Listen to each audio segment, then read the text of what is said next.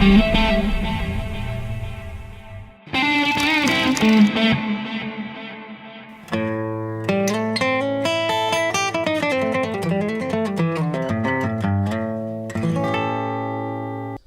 right, so now I'd like to show you 3 essential blues turnarounds.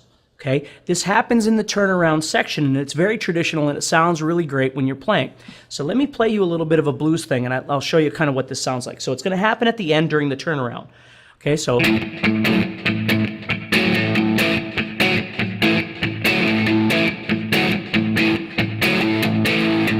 my walk-up guy.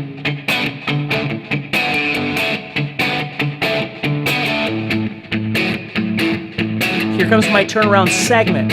So I got my 5, 4, then the 1.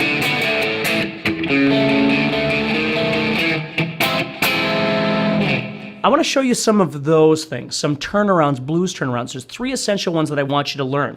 So what I'm doing is I'm coming off the 5, 4, 1, 5, but instead of playing the whole chord thing, I'm going into a turnaround, a blues turnaround. So it sounds like this.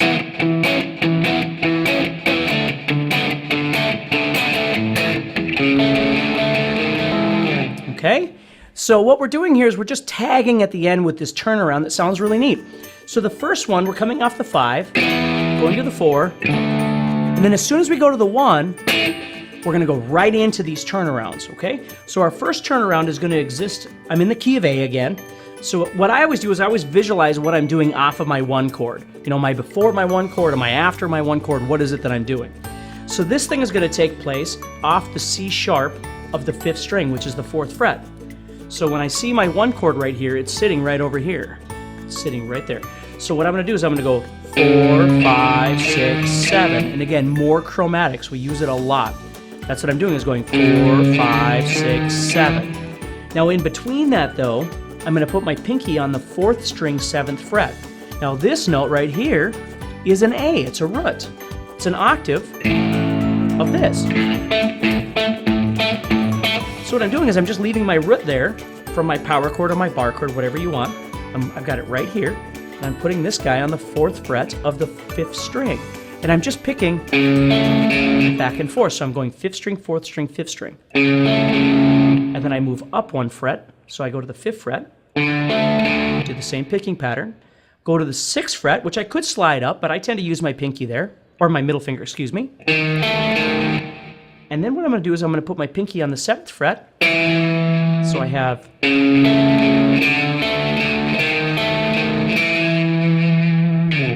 See that? Okay.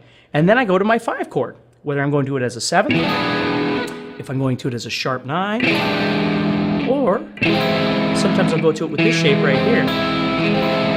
And what I'm doing there is I'm going 7th fret of the 5th string, and then 6th fret of the 4th string, and then I'm pressing on 3rd string on these 2 strings right here. So I'll make that little shape right there. Again, it sounds fine. I can do it any old way I want. Okay, so I've got, as soon as I hit that 1, or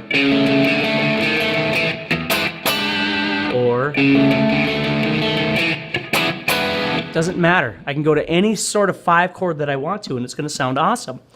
Okay, so the first one is this I'm working upward.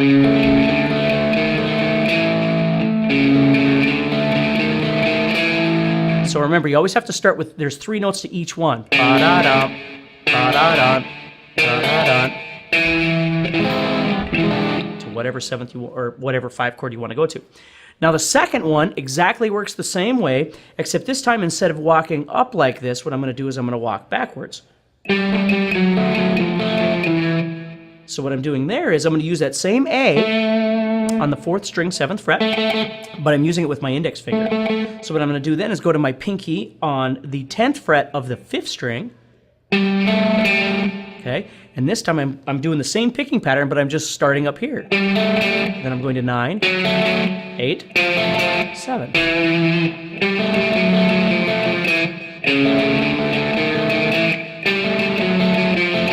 Pretty cool, huh? And very simplistic to play, but very effective and very well, used in the blues community. So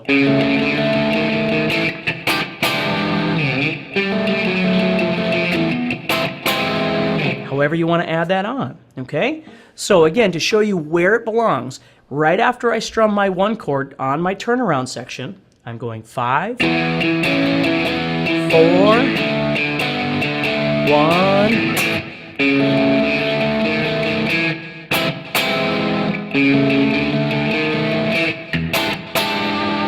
Okay, however you think. Or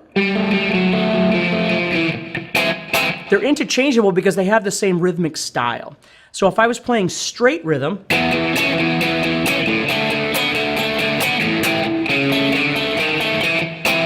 it probably wouldn't work the same way. I could play it faster like that.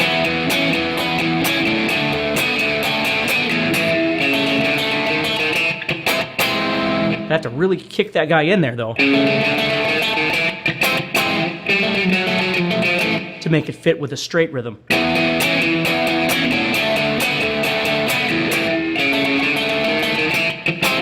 But what I could do, if it was too hard to play at that speed, I could just go and just do one of each. Or, and that'd be fine too. So,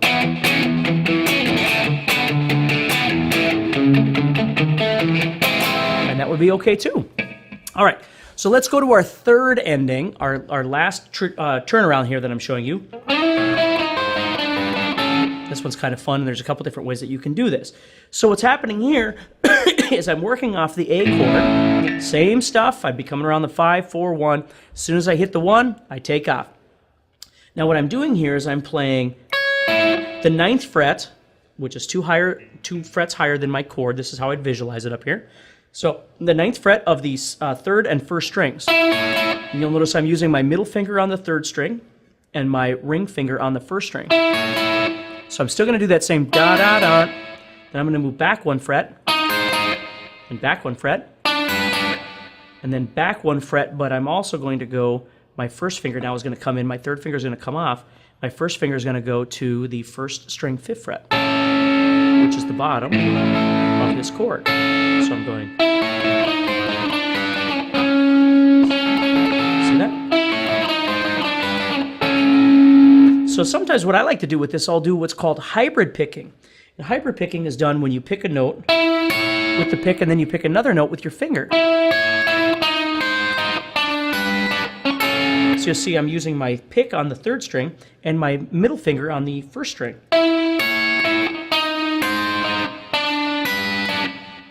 And that's perfect for this because they're separated. So I can pick those 2 notes and not worry about the one in between. Okay, so I can be coming off this. Here we go.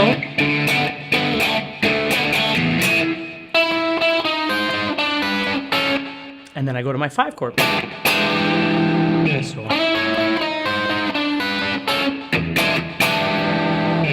Okay, so that's a really neat little sound. Kind of country sounding. Okay, and you can use a pick. It's just the last one you're gonna have to do is kill that 2nd string in between when you strum it. Okay, but it sounds kind of, I don't know, it sounds kind of cool when you use your hybrid picking. Maybe a little bit of palm muting. Okay, now if you decided you just wanted to bash this through and you didn't want ba-da-da-na-na-na-na, another thing you do is head up to the 9th fret there. We're pressing on those same strings, 3rd string and 1st string. But I'm just going to add my 1st finger on the 2nd string in between on the 8th fret. And then I'm going to move back. And I'm going to move back again. And then I'm going to go to the bottom like a full A chord. So I'm playing 9, 8, 9. And then moving back. And then moving to 5, 5, 6, which is the bottom of an A chord. So I might go.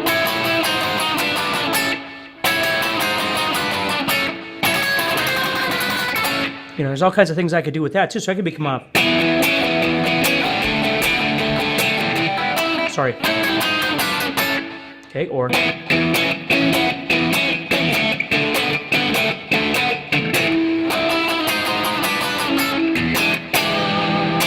Okay, so there's lots of cool ways that I could utilize that. Or,